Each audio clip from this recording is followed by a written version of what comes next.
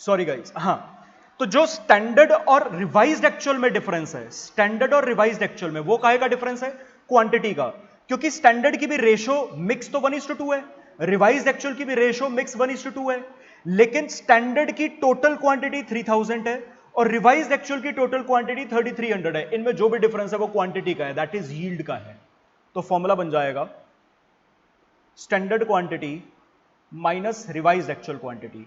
Rate का difference तो sir सारा परचेज डिपार्टमेंट में मटेरियल प्राइस वेरिएंस में जाएगा, यहां पे स्टैंडर्ड रेट आ जाएगा। तो ए और बी, स्टैंडर्ड क्वांटिटी 1000 और रिवाइज्ड एक्चुअल 1100, तो 1000 माइनस 1100, रेट स्टैंडर्ड ही चलेगा 10।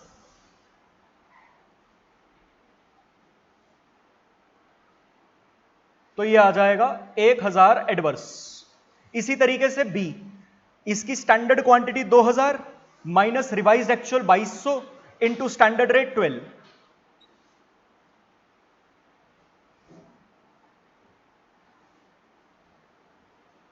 तो ये आ जाएगा 2400 आएगा मेरे ख्याल से एडवर्स।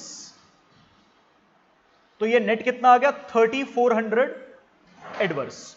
और गजब की बात ये है, अल्टीमेटली मटेरियल यूसेज वेरिएंस को ही फर्दर दो पार्ट्स में बांटा था ना, तो ये क्या बनेगा? मटेरियल यूसेज वेरिएंस, इसी को ही दो पार्ट्स में बांटा था, material yield variance, material mix variance. तो मटेरियल यील्ड वेरिएंस कितना निकला है? 3400 एडवर्स। मटेरियल मिक्स वेरिएंस कितना था? 800 फेवरेबल। इनका नेट कितना आएगा? 2600 adverse, hence verified. Material usage variance भी आपने सेग्रीगेटली जो निकाला था वो यही था। तो मैंने यहां पे आपको कंप्यूटेशन भी सिखाने की कोशिश करी है, मैंने आपको यह भी बताने की कोशिश करी है कि ये कंप्यूटेशन बनी तब पाएगी जब एक से ज्यादा रॉ मटेरियल होगा। अगर एक ही रॉ मटेरियल है तो आप ये मिक्स बनाओगे कैसे? ये बना ही नहीं पाओगे। आई होप आपको समझ आया। तो मटेरियल मिक्स, रिवाइज्ड एक्चुअल और एक्चुअल, इनफैक्ट आप यहां पे फॉर्मुलेज का भी अगर सबमिशन करोगे ना, मटेरियल यील्ड का फॉर्मूला बनाया है हमने standard minus revised actual minus revised actual into standard rate, और मटेरियल मिक्स का फॉर्मूला बनाया था revised actual minus actual quantity into standard rate. अगर आप इन दोनों का सबमिशन करोगे फॉर्मुलेस का, रिवाइज्ड एक्चुअल से रिवाइज्ड एक्चुअल कट जाएगा, बचेगा standard quantity minus actual quantity into standard rate, जो कि आपके मटेरियल यूसेज वेरिएंस का ही फॉर्मूला था। हेंस ये था आपका पूरा का पूरा मटेरियल वेरिएंस। मटेरियल देख लीजिए यहां पे चार्ट में इसी तरीके से है, material cost variance, standard cost minus actual cost, यही बनाया। मटेरियल यूसेज वेरिएंस, कौन रिस्पॉन्सिबल? Production department. क्या बोलोगे? आपको कहा था स्टैंडर्ड क्वांटिटी कंज्यूम करनी है, माइनस आपने एक्चुअल क्वांटिटी कंज्यूम करी, रेट के लिए आप रिस्पॉन्सिबल नहीं हो, स्टैंडर्ड प्राइस या standard rate. Material price variance, कौन रिस्पॉन्सिबल? Purchase department. सर आपको स्टैंडर्ड प्राइस में मटेरियल खरीदना था, माइनस आपने एक्चुअल प्राइस में मटेरियल खरीदा, इनटू आप सभी एक्चुअल क्वांटिटी के लिए रिस्पॉन्सिबल हो जो कंज्यूम हुई है actual quantity, responsible purchase manager, production manager. और मटेरियल यूसेज वेरिएंस के फर्दर दो पार्ट्स, मटेरियल क्वांटिटी जिसको मटेरियल यील्ड वेरिएंस भी बोला जाता है, और मटेरियल नालायक मटेरियल मिक्स वेरिएंस। अब मटेरियल यील्ड वेरिएंस जो स्टैंडर्ड क्वांटिटी है और जो रिवाइज्ड एक्चुअल क्वांटिटी है, उसमें क्वांटिटी का ही डिफरेंस है। तो standard quantity minus revised actual quantity into standard price, और जो रिवाइज्ड एक्चुअल और एक्चुअल है उसमें क्वांटिटी सेम है, जो भी डिफरेंस है रेशो का है। तो revised actual minus actual into standard rate. ये था आपका पूरा का पूरा मटेरियल वेरिएंसेस। मेरे को बताइए इन एंड आउट सारा अच्छे से क्लियर हो गया? हाँ जी, रिवाइज हो रहा है अच्छे से? मैं एक ही स्पीड में बोलता जा रहा हूं, बोलता जा रहा हूं, बोलता जा रहा हूं, रिवाइज हो रहा है सबको अच्छे से? अच्छा ओके, सॉरी सॉरी, ये लो मैं भूल गया। ठीक है जी, अब आगे बढ़ते हैं। इसके बाद हमारे पास आते हैं लेबर वेरिएंसेस। ठीक है जी। अब सर लेबर वेरिएंसेस का भी मैं एक छोटा सा एग्जांपल ले लेता हूं, उससे आपको ये भी समझा देता हूं। मान लीजिए बजट बनाया सर,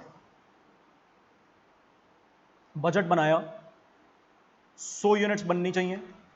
अब लेबर की बात कर रहा हूं तो नंबर ऑफ आवर्स में बात करूंगा, तो 100 यूनिट्स बननी चाहिए, और हमने कहा 100 यूनिट्स बनाने के लिए आपको 100 घंटे लगने चाहिए। ₹10 पर आवर के हिसाब से पेमेंट होनी चाहिए, आपकी लेबर कॉस्ट ₹1000 आनी चाहिए। एक्चुअल में आपने 150 यूनिट्स बनाई, ठीक है ना। 150 यूनिट्स बनाने के लिए एक्चुअल में आपने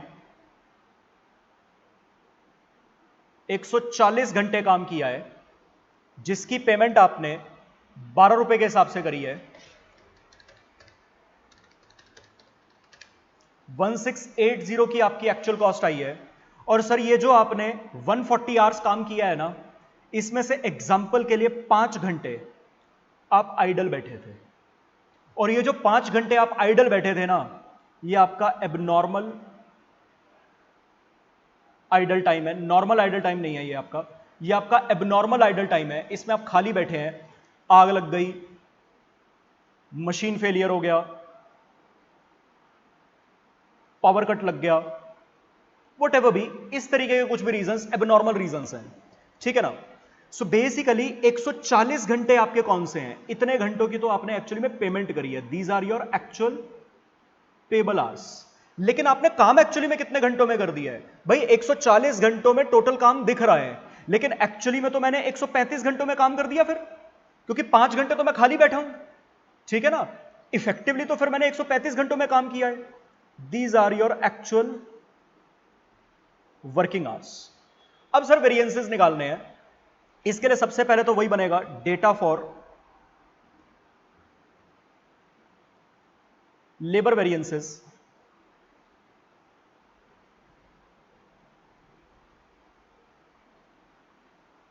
अब मैं सीधा स्टैंडर्ड और एक्चुअल बना देता हूं।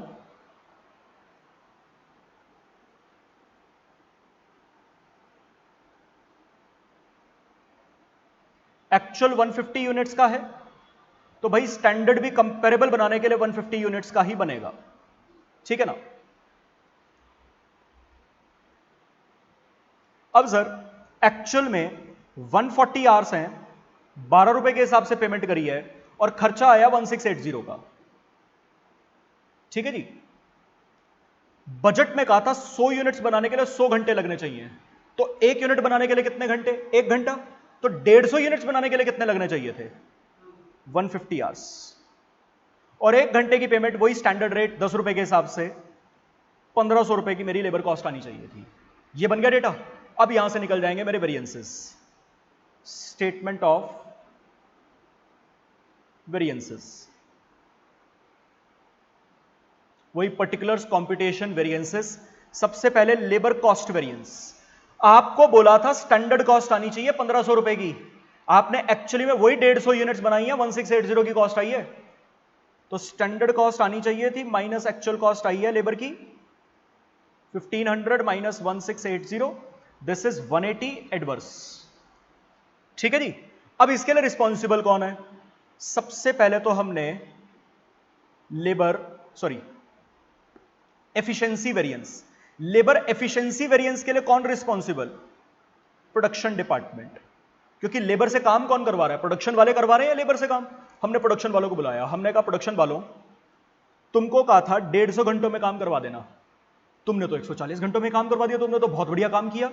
जैसे ही हम ये बात बोल रहे होंगे, प्रोडक्शन वालों ने उसी टाइम बोला सर 140 घंटों में काम नहीं हुआ है, काम तो हमने 135 घंटों में कर दिया है।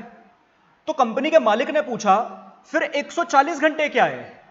तो प्रोडक्शन वालों ने जवाब दिया सर पेमेंट हो रही है 140 घंटों की, ये एक्चुअल पेबल आवर्स हैं, काम तो हमने 135 घंटों में कर दिया, ये एक्चुअल वर्किंग आवर्स हैं। तो कंपनी के मालिक ने पूछा पागल तो नहीं हो गए हो, जब काम 135 घंटों में हो गया तो पेमेंट 140 घंटों की क्यों कर रहे हो? तो प्रोडक्शन डिपार्टमेंट ने बोला सर उसमें आपकी गलती है। किसकी गलती है? कंपनी की मैनेजमेंट की, ऑनरशिप की गलती है। कंपनी के मालिक ने पूछा हमारी कैसे गलती है? तो प्रोडक्शन डिपार्टमेंट कहता है सर ये जो 5 घंटों की एक्स्ट्रा पेमेंट गई है ना, ये आपकी वजह से इसलिए गई है, इतनी देर ना लेबर तो आई हुई थी, लेबर तो फैक्ट्री में थी, लेबर को तो वेजेस देने पड़े, लेकिन काम नहीं हो रहा था। क्यों काम नहीं हो रहा था? एबनॉर्मल आइडल टाइम, जनरेटर खराब हो गया, पावर कट लग गया, मशीन फेलियर हो गया। भाई इंफ्रास्ट्रक्चर देने का काम तो कंपनी के मैनेजमेंट का है। मेरी बात समझ आई? ये तो आपकी गलती है। अगर आप वो 5 घंटे वो फेलियर ना होता तो हम खाली ना बिठाते लेबर को, हम और यूनिट्स बनवा देते यहां पे। मेरी बात समझ आई? तो सर काम तो 135 घंटों में करवा दिया मैंने, तो मेरे को शाबाशी देनी है, 10 घंटों की मत दो, 15 घंटों की दो। हमने कहा ओके। तो सर स्टैंडर्ड आवर्स में काम होना चाहिए था, माइनस प्रोडक्शन डिपार्टमेंट वालों ने एक्चुअल वर्किंग आवर्स में काम करवा दिया। रेट के लिए रिस्पॉन्सिबल नहीं है स्टैंडर्ड रेट। तो 150 घंटों में काम होना था, आपने एक्चुअल वर्किंग आवर्स 135 घंटों में काम करवाया, स्टैंडर्ड रेट था 10 रुपए, तो 15 घंटे आपने बचाए, मतलब 150 फेवरेबल। ये तो आपने कॉस्ट बचा ली हमारी। फिर हमने बुलाया लेबर रेट वेरिएंस के लिए पर्सोनल डिपार्टमेंट को, क्योंकि लेबर को एक्चुअली में पेमेंट कौन करता है, हायरिंग कौन करता है, पर्सोनल डिपार्टमेंट। हमने पर्सोनल डिपार्टमेंट वालों को बुलाया, हमने उनको कहा भाई देख, तुमको कहा था 10 रुपए पर आवर के हिसाब से पेमेंट करनी है, तुमने 12 रुपए पर आवर के हिसाब से पेमेंट करी, पागल हो तुम। तो तुमको कहा था स्टैंडर्ड रेट के हिसाब से पेमेंट करनी है, माइनस तुमने तो एक्चुअल रेट के हिसाब से पेमेंट कर दी, मल्टीप्लाई बाय तुम सभी आवर्स के लिए रिस्पॉन्सिबल हो जिसकी पेमेंट हुई है। तुम ये मत कहना कि 5 घंटे तुम्हारी वजह से खराब हुए, 5 घंटे उसकी वजह से खराब हुए, वो तुम मत सोचो। तुम्हारा काम था लेबर को सही रेट पर पेमेंट करना, जितने भी घंटों की करनी है। नंबर ऑफ आवर्स तुम्हें नहीं देखने थे, तुम्हें देखना था सिर्फ रेट। तो तुम तो सारे आवर्स के लिए रिस्पॉन्सिबल हो जितने की गलत पेमेंट हुई है, that is actual payable hours. तो ये बन जाएगा स्टैंडर्ड रेट था 10 minus actual rate 12 into actual payable hours 140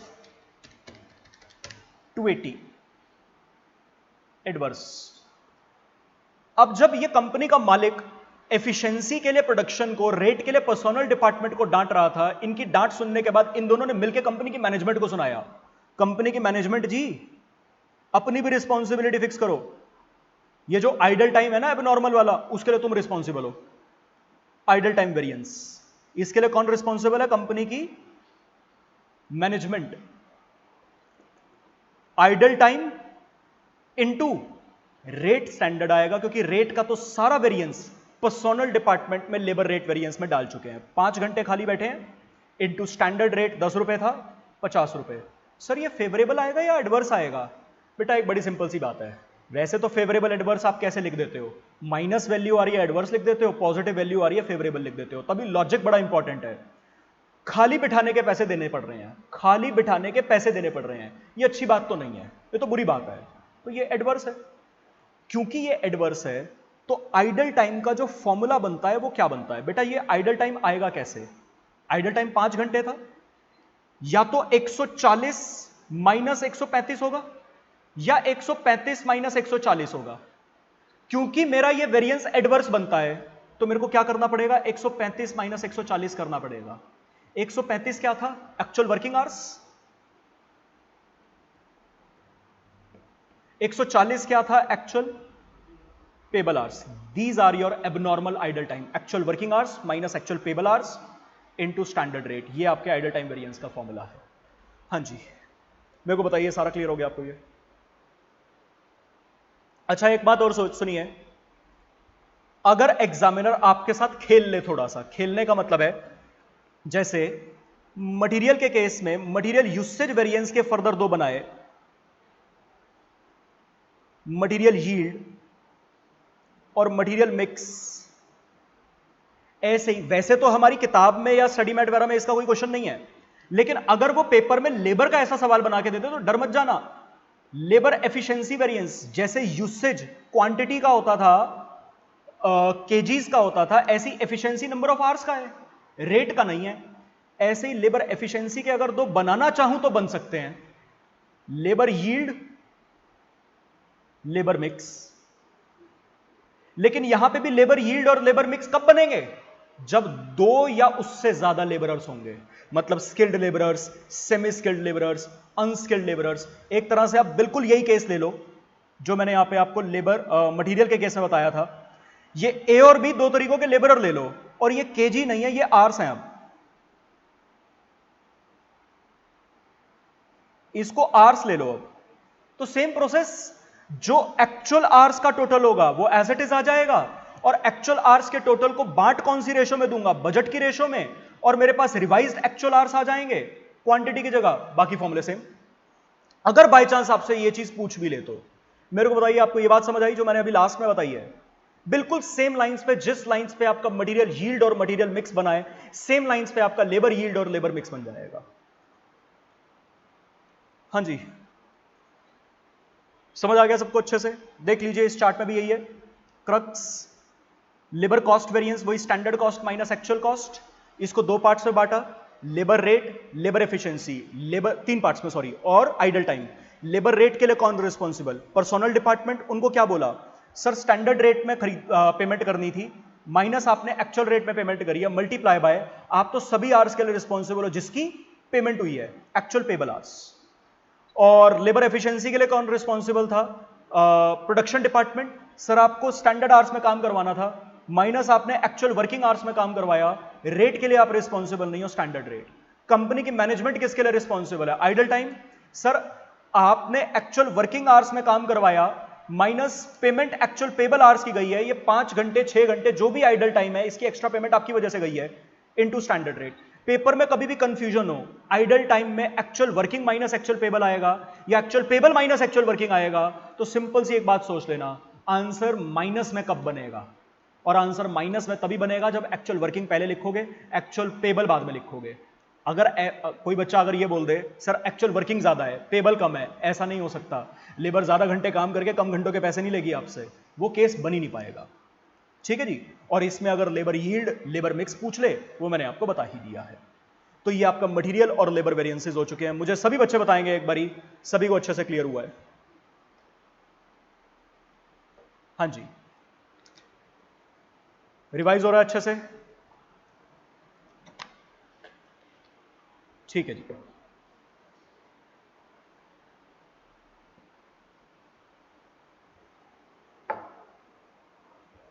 आगे चलते हैं, overheads variance.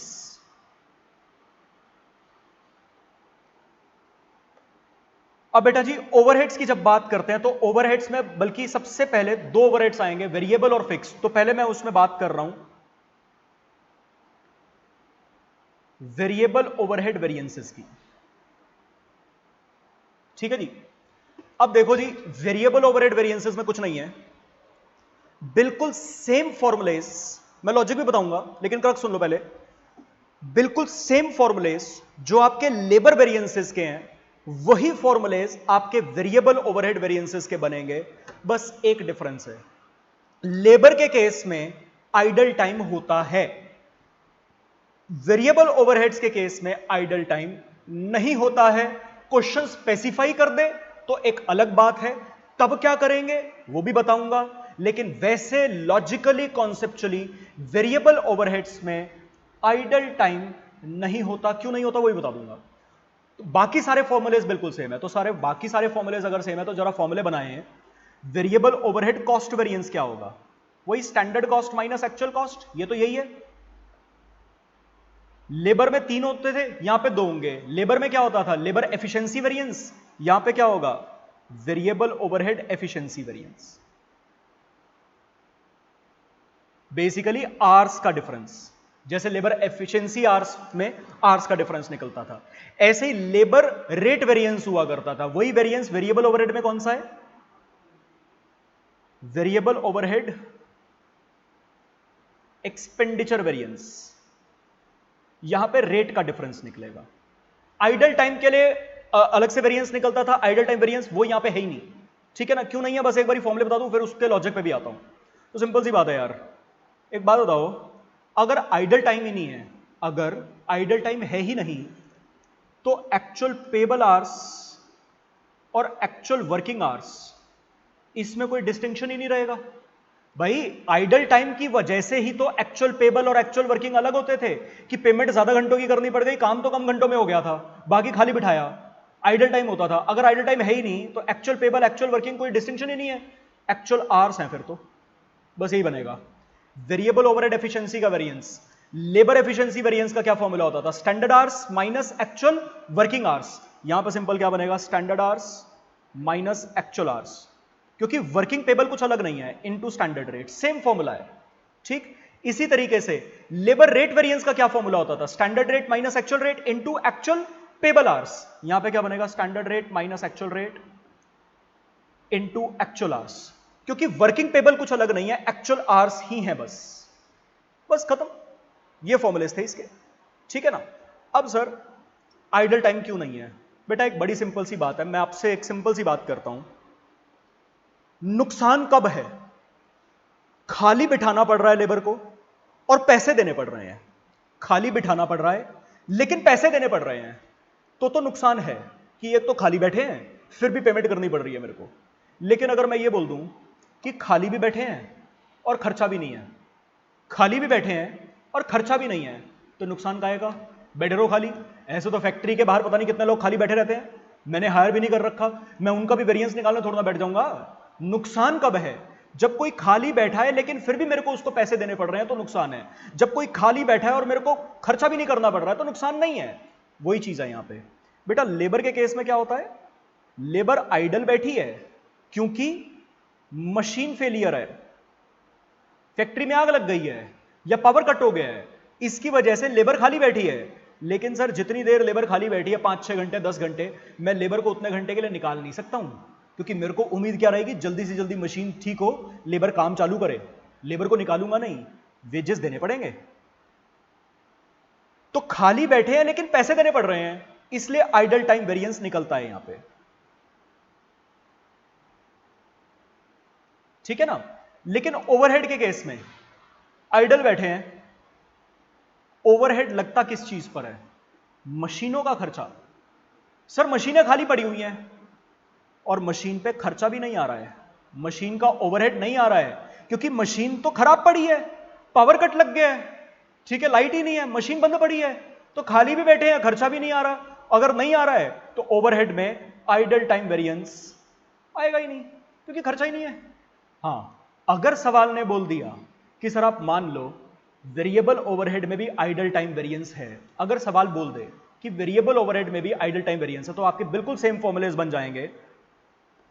Variable overhead efficiency का फॉर्मूला बन जाएगा वही standard hours minus actual working hours, अगर आइडल टाइम सवाल ने बोल दिया है, into standard rate. Variable overhead expenditure का फॉर्मूला बन जाएगा standard rate minus actual rate into actual payable hours, और आइडल टाइम का वेरिएंस फिर निकालना पड़ेगा actual working hours minus actual payable hours into standard rate. वो तो बिल्कुल सेम फॉर्मूलेज हो गए। सर AH होगा ना मेरे को समझ नहीं आया अंशुमन क्या लिख रहे हो, क्लियरली लिखो प्लीज, मेरे को बताइए। सभी को ये बात समझ आ गई वेरिएबल ओवरहेड्स की? तो एक बार यहां से भी पढ़ लेते हैं। वेरिएबल ओवरहेड वेरिएंसेस में ओवरहेड वेरिएंसेस में variable overhead variances, variable overhead expenditure variance, standard hours minus actual hours, standard rate minus actual rate into actual hours, और वेरिएबल ओवरहेड एफिशिएंसी आवर्स का variance standard hours minus actual hours into standard rate. Idle time आ गया तो बिल्कुल same फॉर्मूले जो labour के बन जाएंगे।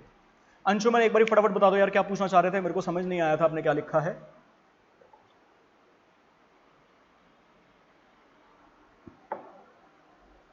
Sir shouldn't it be AH instead of AR in expenditure? अच्छा, एक्सपेंडिचर में बेटा ये एक्चुअल पेबल आवर्स ही तो आएंगे एक्सपेंडिचर वेरिएंस में। मैंने ऊपर गलत लिख दिया क्या? अच्छा यहां पे ठीक है एक्चुअल आवर्स, ठीक है ओके अंशुमन, ठीक है, ये एक्चुअल आवर्स आएंगे, ठीक है। चलो जी, इसके बाद हमारे पास कॉस्ट में अब एक आखिरी वेरिएंस बचा है, फिक्स्ड ओवरहेड वेरिएंसेस। बेटा इसके लिए तो जो मैंने आपको यहां पे डेटा सिखाया था, स्टैंडर्ड एक्चुअल, कहां गया, बजट स्टैंडर्ड एक्चुअल, यही डेटा फिक्स्ड ओवरहेड वेरिएंसेस के लिए हम बनाएंगे ताकि मेरे को फॉर्मूला ना रटना पड़े। और ये डेटा इस तरीके से रिप्रेजेंट नहीं करेंगे, फिक्स्ड ओवरहेड्स के लिए यही सेम डेटा थोड़ा सा अलग तरीके से रिप्रेजेंट करेंगे। कैसे? डेटा यही है,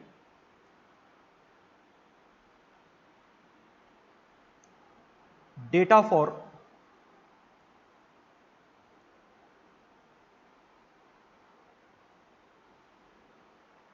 फिक्स्ड ओवरहेड वेरिएंसेस। सबसे पहले हम यहां पे लिखेंगे बजटेड आवर्स, यहां पे हम लिखेंगे बजटेड रेट, और यहां पे हम लिखेंगे बजटेड फिक्स्ड ओवरहेड, ठीक है ना।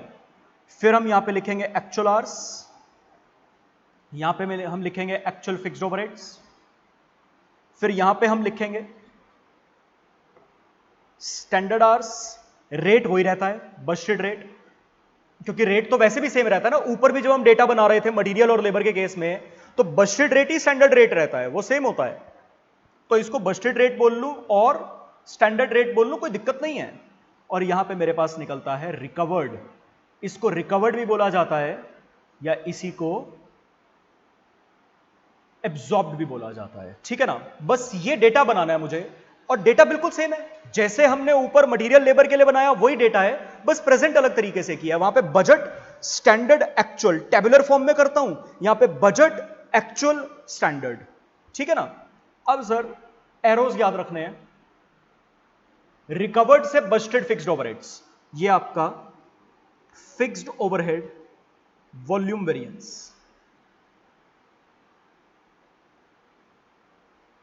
तो फॉर्मूला क्या बना, recovered overheads minus budgeted fixed overheads is your fixed overhead volume variance. उसके बाद बजटेड फिक्स्ड ओवरहेड से एक्चुअल फिक्स्ड ओवरहेड्स तक आना है, ये आपका फिक्स्ड ओवरहेड एक्सपेंडिचर वेरिएंस। तो फॉर्मूला क्या बना, budgeted fixed overheads minus actual fixed overheads is your fixed overhead expenditure variance. सवाल पूछ ले, fixed overhead cost variance, fixed overhead cost variance. तो फिक्स्ड ओवरहेड कॉस्ट वेरिएंस के दो parts, fixed overheads volume variance, fixed overhead expenditure variance. Volume का formula recovered से budgeted,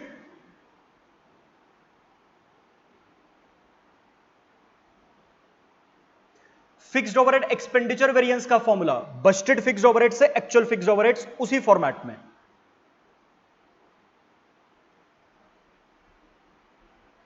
तो what is your fixed overhead cost variance, इन दोनों का summation, fixed overhead volume variance plus fixed overhead expenditure variance is your fixed overhead cost variance, ठीक है जी।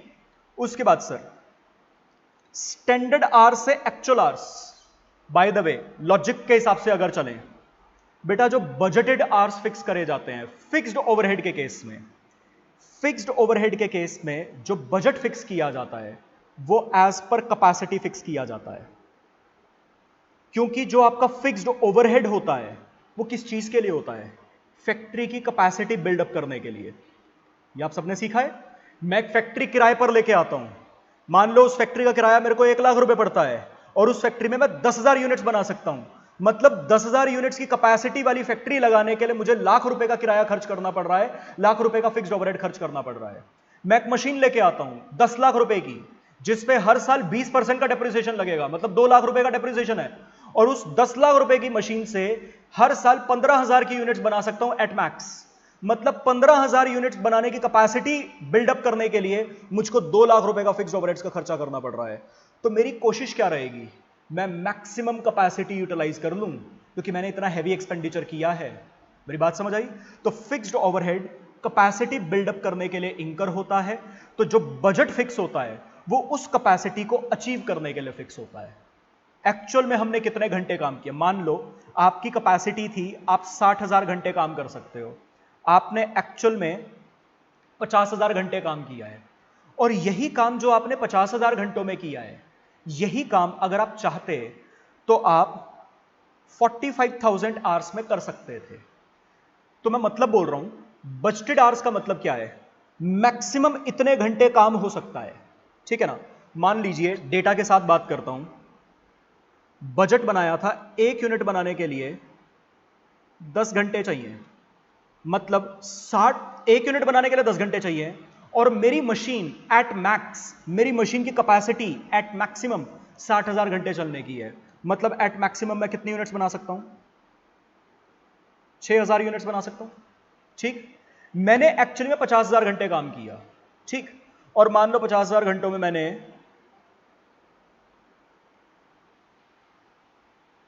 4,000 units बनाई। कितनी यूनिट्स बनाई, 4,000 यूनिट्स। मैं इसको चेंज कर दूंगा फिर। मैंने 50,000 घंटे लगा के 4,000 यूनिट्स बनाई, ठीक है। लेकिन सर अगर मैं 4,000 यूनिट्स बनाता अपने टारगेट के अकॉर्डिंग, मेरा टारगेट क्या था कि 1 यूनिट बनाने के लिए 10 घंटे लगने चाहिए। अगर आपने 4000 यूनिट्स भी बनाई हैं, एक बनाने के लिए 10 घंटे, तो 4000 बनाने के लिए कितने घंटे आपको लगने चाहिए थे? आपको 40,000 घंटे लगने चाहिए थे। तो आपने दो कमियां करी हैं। एक तो आपने 40,000 घंटों का काम ही 50,000 घंटों में किया, दूसरा कम से कम 60,000 घंटे तो काम कर लेते, इतनी तो मशीन की कैपेसिटी थी। मेरी बात समझ आई? ये सारी चीजें हैं। अब स्टैंडर्ड आवर्स और एक्चुअल आवर्स का जो डिफरेंस है वो है फिक्स्ड ओवरहेड एफिशिएंसी वेरिएंस, कि कितना एफिशिएंटली आप काम कर रहे हो। इतने घंटों में आपका यह काम हो जाना चाहिए था, इतने घंटों में आपने काम किया है। एक्चुअल क्या होता है? एक्चुअल आवर्स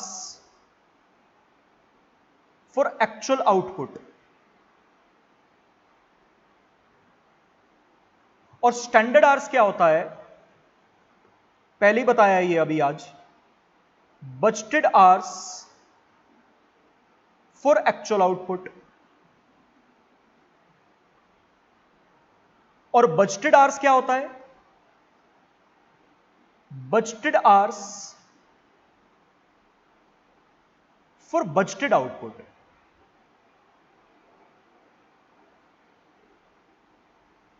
तो मैं कहना क्या चाह रहा हूं, सर उसी एक्चुअल आउटपुट को कितने बजटेड घंटों में बनाना चाहिए था, और उसी एक्चुअल आउटपुट को कितने एक्चुअल घंटों में बनाया है। मेरी बात समझ आई? दिस इज योर एफिशिएंसी, कि कितना एफिशिएंटली आप काम कर रहे हो। तो फॉर्मूला क्या बनेगा? फिक्स्ड ओवरहेड वॉल्यूम को ही फर्दर दो पार्ट से बांटा जाता है यहां पे, fixed overhead efficiency variance, standard hours minus actual hours into, इस फॉर्मेट में मैंने जानबूझ के रेट ही आपको बजटेड लिखवाया है, इनटू बजटेड रेट या स्टैंडर्ड रेट, बात एक ही है। ठीक है जी। अच्छा, जब मैं कंपेयर करता हूं एक्चुअल आवर्स और बजटेड आवर्स को, तो मैं क्या कंपेयर कर रहा हूं? सर आपने 50,000 घंटे काम किया है, जबकि मशीन की कैपेसिटी थी 60,000 घंटे काम करने की। आपने कैपेसिटी भी यूटिलाइज नहीं करी है। फिर this is your fixed overhead capacity variance.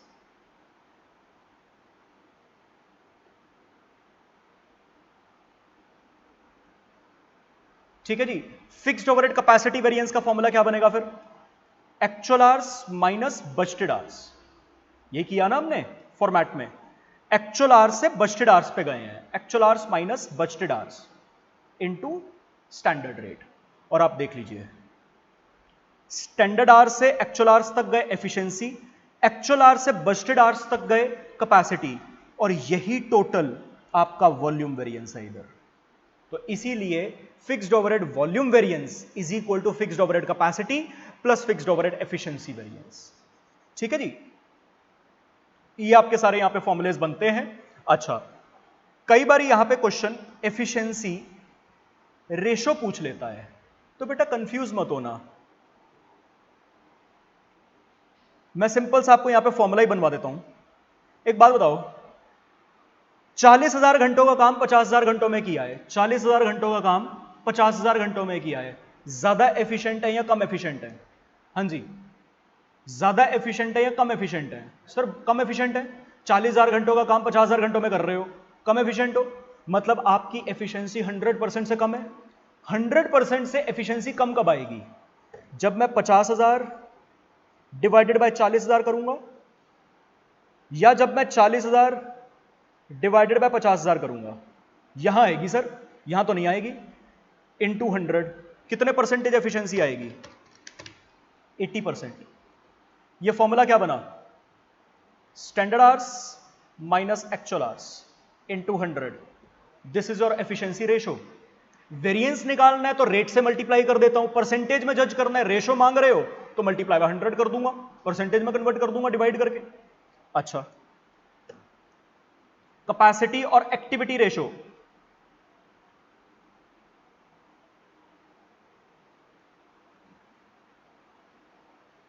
Capacity और एक्टिविटी रेशो, क्या मैंने अपनी 100% कैपेसिटी यूटिलाइज कर ली है? यहां पे नहीं करी है सर। मेरी कैपेसिटी थी 60,000 घंटे काम करने की, मैंने कितनी यूटिलाइज करी है? 50,000 घंटे। मैंने कम यूटिलाइज करी है, 100% यूटिलाइजेशन नहीं है। 100% से आंसर कम कब आएगा? 60,000 डिवाइड बाय 50,000 या 50,000 divide by 60,000? Sir 50,000 divided by 60,000 में आएगा। तो मैंने कितना परसेंटेज कैपेसिटी यूटिलाइज किया है, एक्टिविटी करी है? 83.33%। तो फॉर्मूला क्या बन गया? Actual hours divided by Busted hours into 100। ये आपका कैपेसिटी रेशो आ गया। मेरी बात समझ आई आप सबको? सो ये हो गया आपका फिक्स्ड ओवरहेड वेरिएंस, सारा का सारा यहां पे। अच्छा, अब मेरी एक बात सुनिए, इसके बाद है आपका सेल वेरिएंस। एक तरह से जब मैंने ये चैप्टर स्टार्ट किया था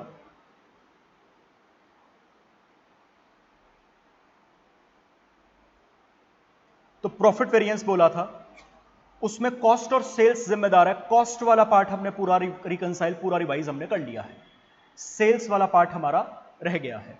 जबकि बात करी जाए सी इंटर लेवल पे, तो मैंने आपको क्लासेस में भी बताया था 90% यही है।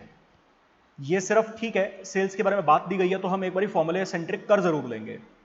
तो बेटा जी ये मैं चाहता हूं एक बारी, क्योंकि फॉर्मूला सेंट्रिक है, इसका एक ही सवाल है हमारे पास जिसमें super toys, champ toys, Bravo toys, ये मैं चाहता हूं आप खुद से करें एक बारी रिवाइज, ठीक है ना। मार्जिनल अप्रोच और टर्नओवर अप्रोच। मार्जिनल अप्रोच में बजटेड मार्जिन या एक्चुअल मार्जिन यूज किया जाता है, टर्नओवर अप्रोच में आपका सेलिंग प्राइस यूज करी जाती है। बस इसके अकॉर्डिंग करना है, या एक काम करते हैं एक बारी क्विकली इसको कर ही लेते हैं, छोड़ो इसको कर ही लेते हैं, खत्म करते हैं, कोई बात नहीं। सेल्स वेरिएंस पे आता हूं बेटा जी। जब सेल्स वेरिएंस की बात करते हैं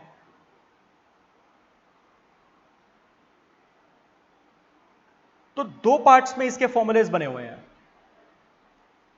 एक है टर्नओवर अप्रोच, एक है मार्जिनल अप्रोच।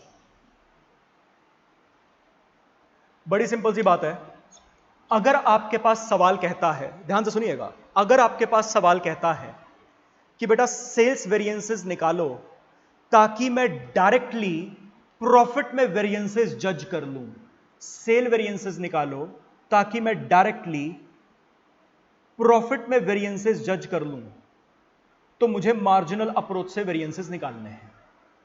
अगर सवाल कहता है सेल वेरिएंसेस निकालो और मैंने कॉस्ट के वेरिएंसेस ऑलरेडी निकाल रखे हैं, सेल वेरिएंसेस निकालो, ऐसे निकालो कि मैंने कॉस्ट वेरिएंसेस ऑलरेडी निकाल रखे हैं, तो मेरे को टर्नओवर अप्रोच से करना पड़ेगा। मैं बताता हूं डिफरेंस क्या है। देखो वेरिएंस निकालना है मेरे को प्रॉफिट में। अब budgeted selling price minus budgeted cost is equal to budgeted profit. Actual selling price minus actual cost is equal to actual profit. जब मैं बात करता हूं ना मार्जिनल अप्रोच से, मेरे मार्जिनल अप्रोच के फॉर्मूले सीधा ये वेरिएंसेस बता देंगे मुझे। अगर मैं मार्जिनल अप्रोच से सेल वेरिएंसेस निकाल रहा हूं, मुझे कॉस्ट वेरिएंसेस की जरूरत नहीं है।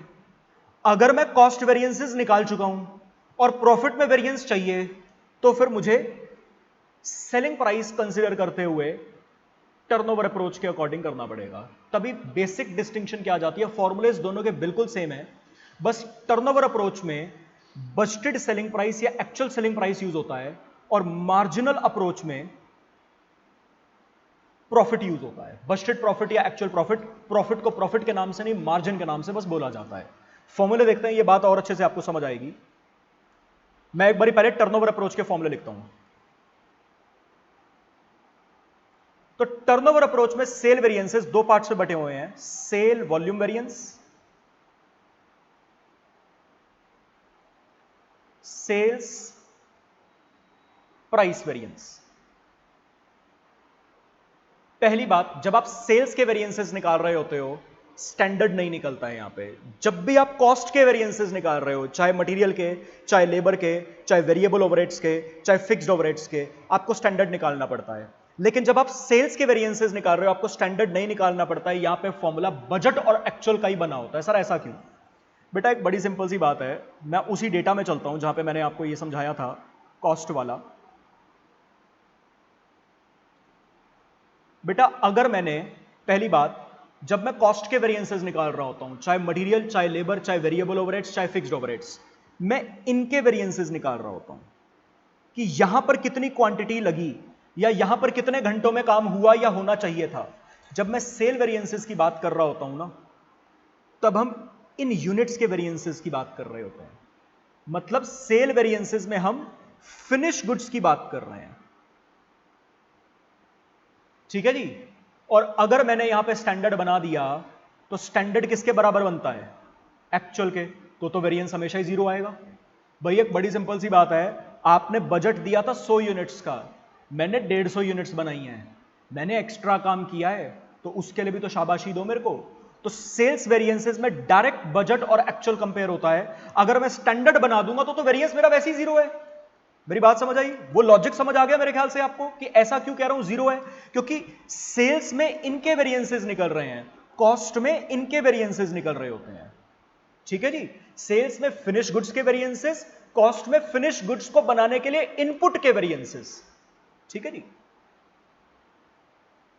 अच्छा जी, तो यहां पे फॉर्मूला सिंपल सा बनेगा, सेल वॉल्यूम वेरिएंस, वॉल्यूम का मतलब क्वांटिटी, आपको कहा था बजटेड क्वांटिटी बिकनी चाहिए, माइनस आपने एक्चुअल क्वांटिटी बेची है, इनटू कितने रुपए में बेची है, उसके लिए आप रिस्पॉन्सिबल नहीं हो।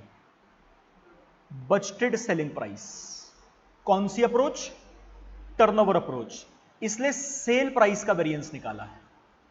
सेल प्राइस वेरिएंस, आपको कहा था बजटेड सेलिंग प्राइस में बेचना है, माइनस आपने एक्चुअल सेलिंग प्राइस में बेचा है, इनटू आप तो सारी क्वांटिटी के लिए रिस्पॉन्सिबल हो जो गलत रेट में या सही रेट में बेची गई हैं, एक्चुअल क्वांटिटी, खत्म। ये है फॉर्मूला, मेरी बात समझ आई। अच्छा, सेल वॉल्यूम वेरिएंस को फर्दर दो पार्ट्स में बांटा जाता है।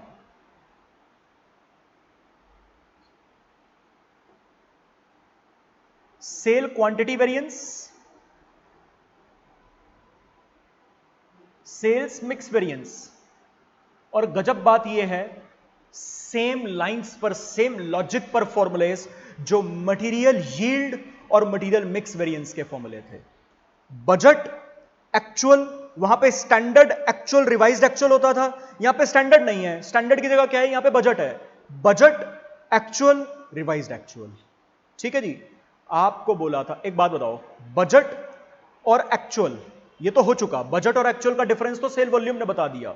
अब रिवाइज्ड एक्चुअल के हिसाब से सोचो, बजटेड क्वांटिटी और रिवाइज्ड एक्चुअल क्वांटिटी, इनकी क्वांटिटी तो अलग है, ठीक है, बजटेड की क्वांटिटी अलग है, रिवाइज्ड एक्चुअल की क्वांटिटी अलग है, क्योंकि रिवाइज्ड एक्चुअल की क्वांटिटी का टोटल किसका टोटल होगा, एक्चुअल क्वांटिटी का टोटल होगा, लेकिन रेशो दोनों की सेम है, ठीक है ना, बजट की भी रेशो वही है, रिवाइज्ड एक्चुअल की भी रेशो वही है, क्योंकि रिवाइज्ड एक्चुअल को तो बांटा ही बजट की रेशो में गया होगा।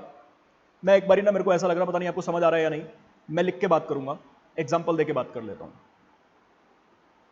बजटेड क्वांटिटी, अब ये फिनिश गुड्स की क्वांटिटी है, इसलिए मैं यहां नहीं लिखूंगा, अब मैं यहीं लिखूंगा, दो फाइनल प्रोडक्ट, ये फिनिश गुड्स हैं, अब ये मटेरियल वगैरह नहीं है, एक ए था एक बी था, सिर्फ क्वांटिटी की बात करूंगा, 1000 यूनिट्स का था, ए की बेचनी है, 2000 का था, बी की बेचनी है, उस हिसाब से 3000 टोटल बेचनी थी।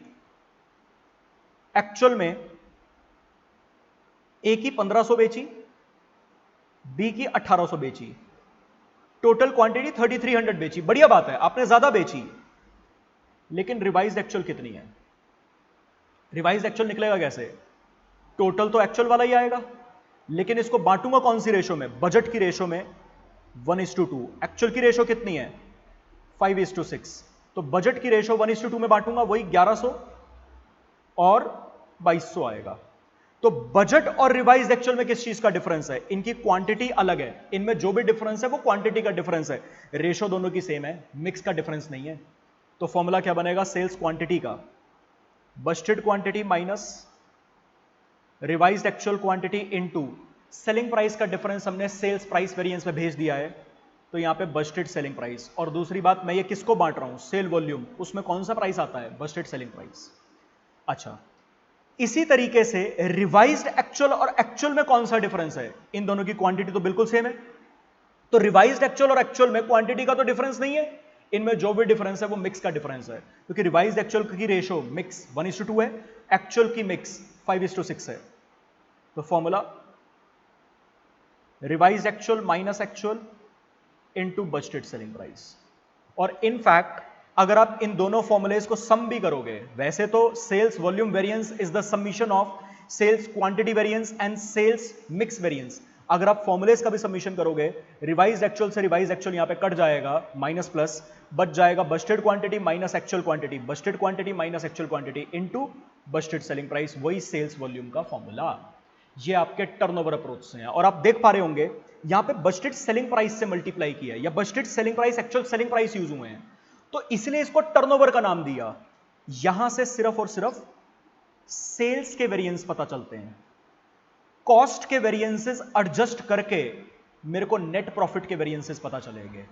लेकिन यही फॉर्मूले जब मैं मार्जिनल अप्रोच से बनाऊंगा ना, तो फॉर्मूले बनेंगे बिल्कुल सेम, लेकिन फर्क पता क्या आएगा? मार्जिन अप्रोच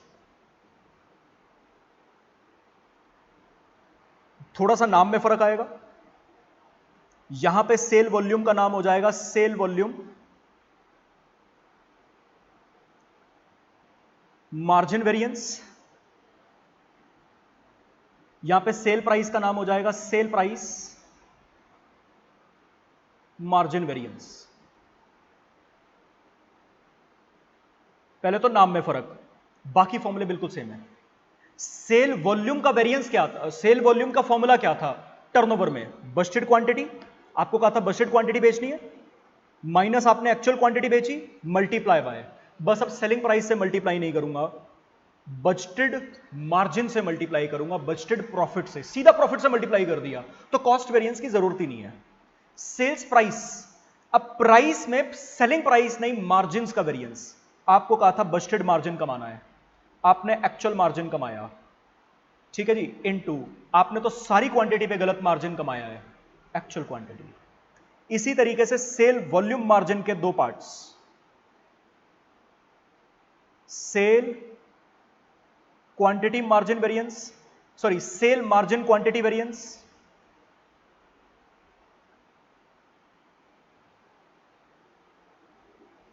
और सेल्स मार्जिन, ये मैंने मार्जिन मैंने बाद में लिख दिया है, सेल्स मार्जिन प्राइस वेरिएंस है, सेल्स मार्जिन वॉल्यूम वेरिएंस है, यहां पे सेल्स मार्जिन क्वांटिटी वेरिएंस है, और यहां पे सेल्स मार्जिन मिक्स वेरिएंस है। सेम फॉर्मूले, सेल्स क्वांटिटी बस्टेड क्वांटिटी और रिवाइज्ड एक्चुअल क्वांटिटी, इसमें क्वांटिटी का डिफरेंस था, मिक्स सेम था,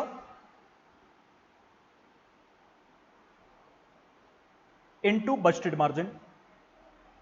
sales margin mix variance, mix revised actual quantity minus actual quantity, इनमें मिक्स का डिफरेंस था, क्वांटिटी सेम थी, इनटू बस्टेड मार्जिन। इसका भी सबमिशन लगाओगे, रिवाइज एक्चुअल से रिवाइज एक्चुअल कट जाएगा, budgeted quantity minus actual quantity into budgeted margin, वही सेल्स मार्जिन वॉल्यूम वेरिएंस। ये आपके सीधा सीधा मार्जिन वेरिएंस के फॉर्मूलेज हैं।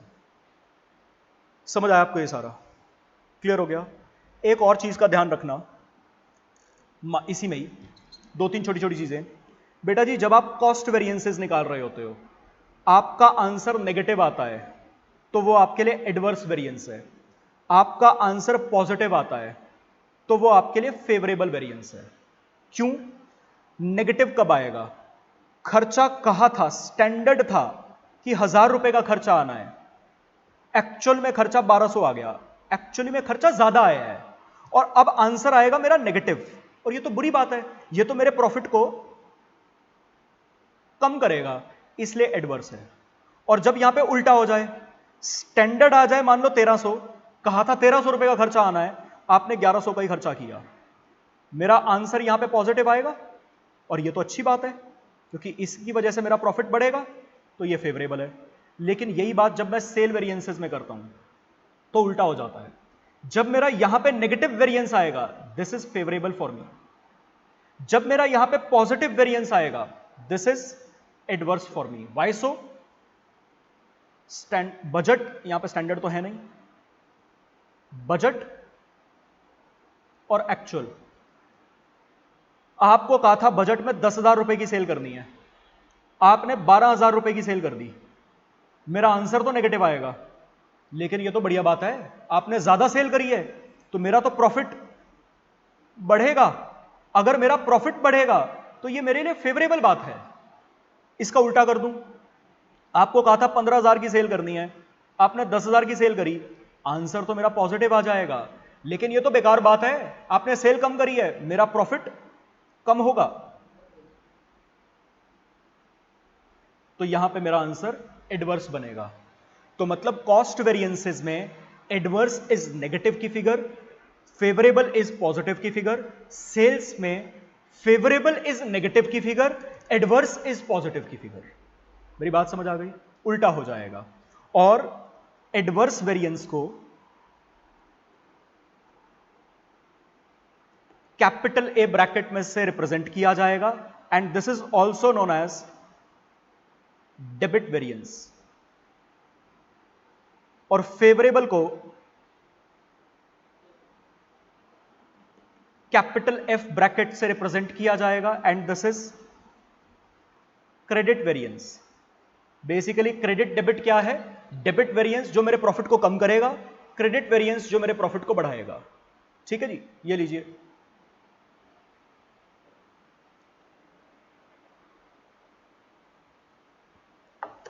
हो गया तुषार?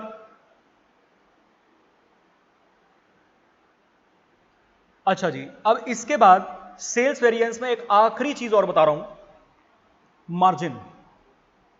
बेटा कई बारी क्वेश्चन ना, देखो वैसे तो मार्जिन कैसे निकलेगा, मेरे को बजटेड मार्जिन निकालना है। तो budgeted selling price minus budgeted cost is my budgeted margin. मेरे को एक्चुअल मार्जिन निकालना है, तो actual selling price minus actual cost is my actual margin. वैसे तो ऐसे निकलेगा, लेकिन कई बारी सवाल में आपको बजटेड कॉस्ट दे देगा, एक्चुअल कॉस्ट नहीं देगा, बजटेड कॉस्ट दे देगा, एक्चुअल कॉस्ट नहीं दे देगा। तो क्या अज्यूम करना पड़ेगा? Budgeted cost is equal to actual cost, वही एक्चुअल कॉस्ट बन जाएगी। या वाइस वर्सा, आपको एक्चुअल कॉस्ट दे देगा, बजटेड कॉस्ट नहीं देगा, तो क्या मानना पड़ेगा? Actual cost is equal to budgeted cost. अगर एक नहीं दिया है दूसरा दिया है तो वो सेम मानने पड़ेंगे। और कई बारी सर ये बताता ही नहीं है कि बजटेड कॉस्ट है या एक्चुअल कॉस्ट है, सिंपल लिख देगा ये कॉस्ट है तो यही बजटेड है, यही एक्चुअल है। ठीक है जी, ये एक सिंपल सी बात और थी। इसके अलावा बेटा जी आपके पास कोई भी सवाल आए, कई बारी डेटा थोड़ा सा अलग होता है, जैसे मेरी किताब में भी था एक क्वेश्चन। जैसे मैं एक सिंपल सी बात करूं आपसे, मैं मटेरियल प्राइस वेरिएंस का फॉर्मूला लिखता हूं, मेरे को एक सिंपल सी एक चीज बतानी है। मटेरियल प्राइस वेरिएंस का फॉर्मूला है standard price minus actual price into actual quantity, ये है फॉर्मूला। और हम इसी फॉर्मूले में डेटा पुट करके आंसर निकालते हैं। लेकिन अगर मैं इस फॉर्मूले को ओपन करूं तो ये क्या बनेगा? Standard price is into actual quantity minus actual price into actual quantity. इसी तरीके से मटेरियल यूसेज वेरिएंस का फॉर्मूला होता है standard quantity minus actual quantity into standard price. वैसे तो मैं वेरिएंस अगर मेरे को निकालना है, डेटा स्ट्रेट अवे है, तो मैं डेटा फॉर वेरिएंस बना के इसी फॉर्मूले में पुट करता हूं, मैं इसको ओपन नहीं करता हूं। लेकिन अगर मैं फिर भी इस ब्रैकेट को ओपन करूं तो ये क्या बन जाएगा? Standard quantity into standard price minus actual quantity into standard price, यही बनेगा ये। वैसे ये नहीं करना होता है, अगर आप स्टडी मैट वगैरह देखोगे तो स्टडी मैट में इस तरीके से सॉल्व कर रखे हैं, लेकिन आप सिंपल तरीके से सॉल्व करो। लेकिन ये जो मैंने ब्रैकेट ओपन करके बताया है ना, इसकी जरूरत पता कब पड़ती है? कई बारी ना सवालों में स्ट्रेट अवे डेटा नहीं होता है, डेटा कुछ इस तरीके से होता है। मैं एग्जांपल के लिए लिख रहा हूं, एक्चुअल क्वांटिटी परचेज्ड या actual quantity consumed at standard price, मान लीजिए 10,000, ये दिया हुआ है आपको। और दिया हुआ है actual quantity consumed at actual price, ये दिया हुआ है आपको, मान लीजिए 12,000। और आपको दिया हुआ है standard quantity consumed at standard price,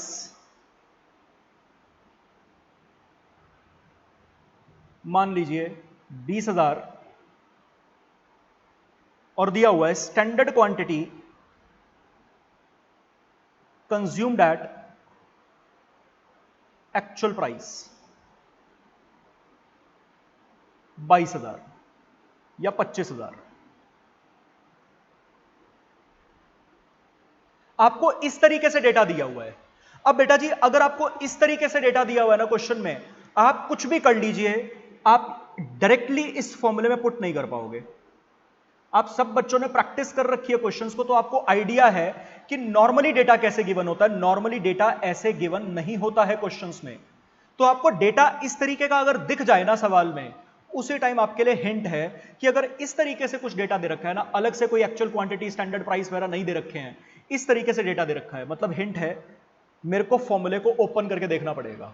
अब जब मैं फॉर्मूले को ओपन करके देखूंगा, ये क्या है, standard price into actual quantity. इसका मतलब क्या है, एक्चुअल क्वांटिटी अगर स्टैंडर्ड प्राइस पे खरीदा होगा तो कितने का बनेगा। क्या लिखा है, actual quantity consumed at standard price, मतलब ये क्या दे रखा है, actual quantity into standard price, ये दे रखा है आपको 10,000। ठीक है जी, actual quantity consumed at actual price ये दे रखा है, और ये यहां पे यूज हो रहा है, ये 12,000 दे रखा है, 2,000 एडवर्स। ये क्या है, standard quantity consumed at standard price, standard quantity into standard price, standard quantity into standard price 20,000 minus standard quantity consumed at actual price, मतलब ये क्या दे रखा है, standard quantity into actual price. ये कहां पे था, यहां पे था, दैट इज 25,000, 5,000 एडवर्स। मतलब आपको ब्रैकेट ओपन करके ये फॉर्मूला बनाना पड़ेगा। उसका डायरेक्टली हिंट है, आपको इस तरीके से डेटा दिया होगा, आपको नॉर्मल डेटा नहीं दिया होगा फिर क्वेश्चन में। ठीक है ना, तो एक तरह से ये ट्रिक है, ऐसा डेटा है तो आपको फॉर्मुलेज ओपन करने पड़ेंगे, और फॉर्मुलेज जैसे ही आप ओपन करोगे और इस डेटा को इस टर्म्स में जैसे रिप्रेजेंट करके अपने दिमाग में सोचोगे, आंसर आपके सामने होगा, क्वेश्चन बिल्कुल सिंपल होगा। मेरे को बताइए, आपको बात समझ आ गई, सबको क्लियर हो गया। इसके बाद तो लास्ट में एक सिंपल सी चीज थी, कॉस्टिंग में 3 रिकंसिलेशंस हैं। एक रिकंसिलेशन अकाउंट्स का प्रॉफिट और कॉस्टिंग का प्रॉफिट, वो हमने कॉस्ट अकाउंटिंग सिस्टम में रिकंसाइल कर ली।